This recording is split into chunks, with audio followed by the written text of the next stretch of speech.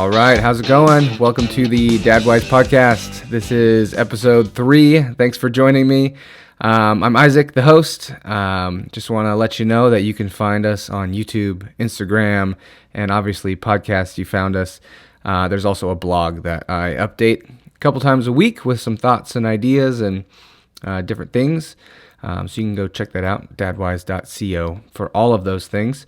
Today we're talking about a topic that I have kind of been wrestling with, thinking over, mulling over the last few months, and in a couple different books it's been brought up, and so I figured I'd talk about it. It fits early on in the podcast because it is the role of a father. What is our role? What is our job as fathers? And it's a pretty important thing to figure out, especially for me. I'm a father of 3. I'm also running a podcast that's talking about fatherhood. So I should figure out and nail down what exactly is a father's role. And so in the modern world, in the last 50 or so years, the role of father has really been kind of up for grabs. The traditional role of father was breadwinner, maybe disciplinarian, hopefully present in the household, but usually the stereotypical father went to work, made the money, and mom stayed home with the kids. And dad would come home and read his newspaper or do whatever, watch the tube once the television was invented. But modern men are different, and modern women are also different because women are going to work. And so the primary breadwinner role is not just the man anymore. And so having a working mom is not really a novel thing. It's kind of strange if the mom stays home with the kids these days. So the role of man has been called into question. And in this book I was reading, it's called Of Boys and Men. It's by Richard Reeves.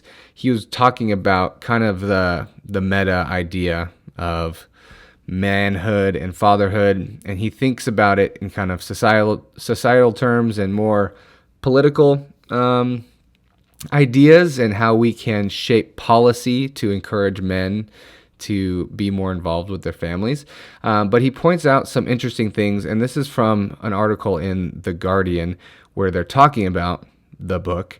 I'll link this in the show notes. You can find those on the website or on Spotify. There's a little area where you can put links, so I'll drop this in there. This is the quote. It says, "Not only are men seen as, and too often are, they have to add that in, violent and dangerous in advanced economies, men are 3 times more likely than women to take their own lives. According to research cited in Think Tank, research fellow Richard Reeves' new book, Of Boys and Men, males are much more likely to feel socially excluded, far less likely to thrive after divorce if they don't remarry. At the same time, girls are outperforming boys in most academic disciplines and rapidly closing the gap in those in which boys lead. Not just in schools, but in universities across the Western world. In the U.S., 57% of bachelor degrees are now awarded to women. There is a genuine male malaise developing that should not be obscured by the flourishing of a small minority at the top. Lower down the social rung, the sense of male obsolescence is growing, along with signs of failure and alienation." And so this idea that there is obsolescence of the male is, I think, felt pretty deeply in a lot of men. Like, what am I doing if I'm not providing for my family? If that's not my primary role anymore, then what is my role? And I do think providing for your family is still a primary role for men, but I think there's a lot more to it, and the call for a father is more than just putting food on the table. And so I do appreciate the modern men, the encouragement from a lot of society for men to be more involved in the house and be more involved as fathers, and I think that can give us a vision for how to move forward as men. One of the books that I've been reading lately is called Family Revision by Jeremy Pryor. I had it. I don't know where I put it. It's around here somewhere. But Jeremy Pryor points out a a role that he thinks will fit well with men, and the analogy is that of a coach. And so he says that a father's role is to be the coach of their family, and that fits for a lot of reasons, and the analogy breaks down eventually, but it works well, and it fits with kind of how I see my role, and it has given me good language for how to talk about my family. And so he talks about family teams, and he talks about dads as the coach, and the wife can be a manager, assistant coach, however you want to say it. But your oldest child would then be the captain of the team, and then different players on the team, as you have more and more children, can find their different roles. And I love this vision of coach and team because it makes the family a unit. It brings unity to the family. You're not just individuals who use the family to go achieve your own goals. You are a family, and you contribute to the family and build up the family. And so a couple of the different analogies, training your children. So a coach trains his players, right? There's a game, a sport that you're playing, and you're going to train them. If you're playing football, you need to teach the center how to snap. You need to teach the quarterback how to read a defense, and you need the receivers to learn how to catch a ball. And so for your kids, we as dads are constantly training our children how to talk, how to walk, how to not poop in their diaper, how to respect adults and give firm handshakes, and how to interview for jobs, and how to court a girl when they're old enough, how to deal with technology in the house, and all sorts of different things. The dad's job is to be training and coaching. And I feel like there is an absence of this in the modern household, where men are not coaching their children, and so they're kind of left to just figure things out on their own. When I was a youth pastor, I ran into all sorts of kids who just didn't know basic things about life. Like, man, hey, you need to start wearing deodorant. You smell bad. Or like, hey, this is how you change a tire. Or, man, you need to learn how to have a conversation with an adult. Look them in the eye and say hello and shake their hand. And these are like 14, 15, 16-year-olds that just weren't trained in their house in practical everyday stuff. Today, my toddler, we were at Tractor Supply getting food for our chickens and our bunnies, and he was like, "Dad, come over here right now." And I was like, "Hey, buddy, you can't talk to me that way. You can say, 'Dad, please come over here.' And then I'll say, 1 second, I'm doing something." I don't just respond to every demand that you make as a toddler. And he's learning to say please and thank you. And it's really great. But there's constant training in that area that needs to happen. The second thing that a coach does, that a dad also does, is establish vision and purpose. And so I kind of talked about each player of the team earlier, and the dad plays a major role in giving that vision to the family. And so you as a dad can create like a vision for the family or a mission statement for your family. And I have a deal on my website where you can download a how to make a vision statement PDF, and you can work through that. I'm also going to do a podcast later on how to create a family vision. But the coach's job is to cast vision for the team. Without vision, people perish. That's I think that's a proverb in the Bible. And so we need to be casting vision for our family, or else our kids won't really know, what are we doing? What's the point of all of this? And so I kind of experimented with this last week, wrote down some vision for us, and then specifically for my oldest son, I kind of took him aside and talked to him on one of our car rides together to soccer practice. And I was like, "Hey, buddy, you are the... what are you? You're not the most valuable player. What's it called? Not the coach. You're the captain. You're the captain of the team." And he's like, "What's a captain?" And I was like, "Well, the captain is someone who takes ownership for the team, and he implements the coach's vision on the field. And so he helps to train all the other players up in their roles as players. And so your job is to help me kind of trickle down this vision that we have for the rest of the team." And Jeremy Pryor points out, I don't know if it's in his book or one of his podcasts, but if you have the captain of your team's heart, the rest of the players' hearts come with it. I'm sure you've seen conflict that different star players have with their coaches, and how that just doesn't go well. The whole team disintegrates if one of the best players, or the captain doesn't respect or like the coach. So if you're a coach of the team, your primary job is to get the captain on the same page. We talked last week about how to stay connected with your wife. And so, that's your number one, stay connected with your wife. Your number two would be to get the heart of the captain of your team.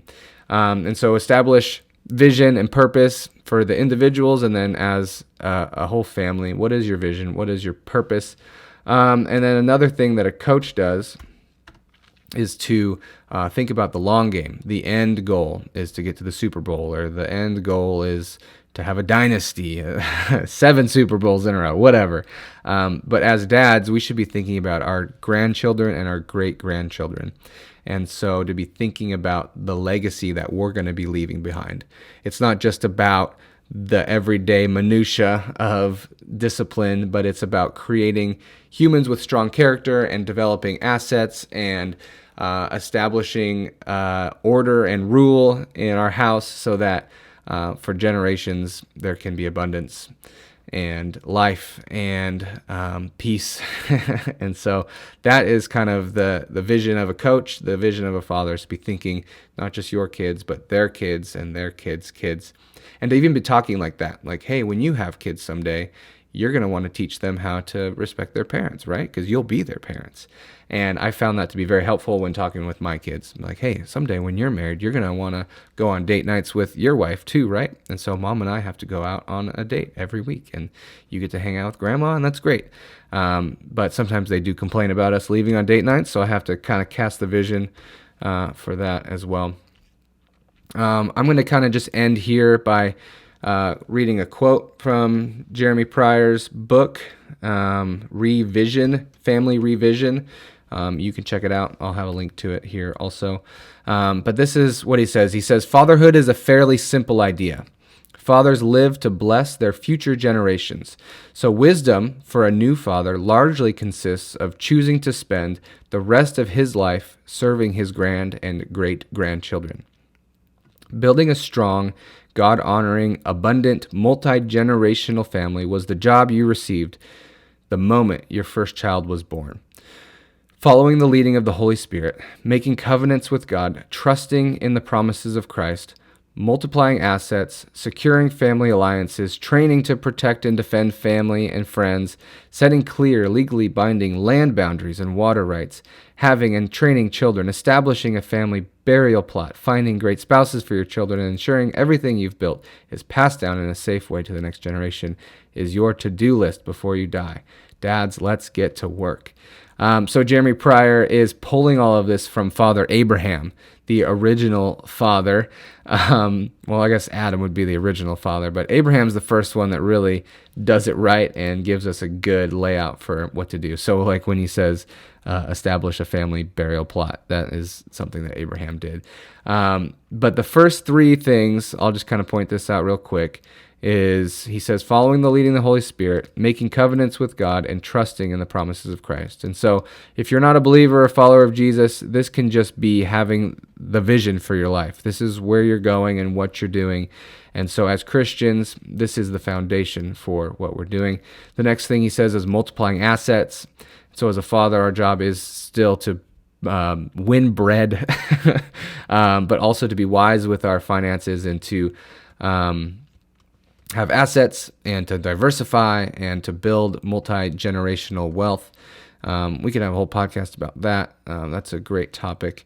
Land boundaries, water rights, some of this stuff is just for Abraham, but helping your children find spouses, all of this is the dad's role, according to Jeremy Pryor. And I just want to point out real quick as we close that this is totally different than being your child's friend or your child's plaything. It's great for kids to have their dads play with them, or it's good for us to play with our kids, get down on the floor with them and wrestle and play and mess around. But our job really isn't to just play fantasy with them all the time. Our job is to draw them into our adult world and to be building something greater. And you can draw your kids into that. They can come to work with you, or you can talk vision with them about when you do have to leave the house to go do something.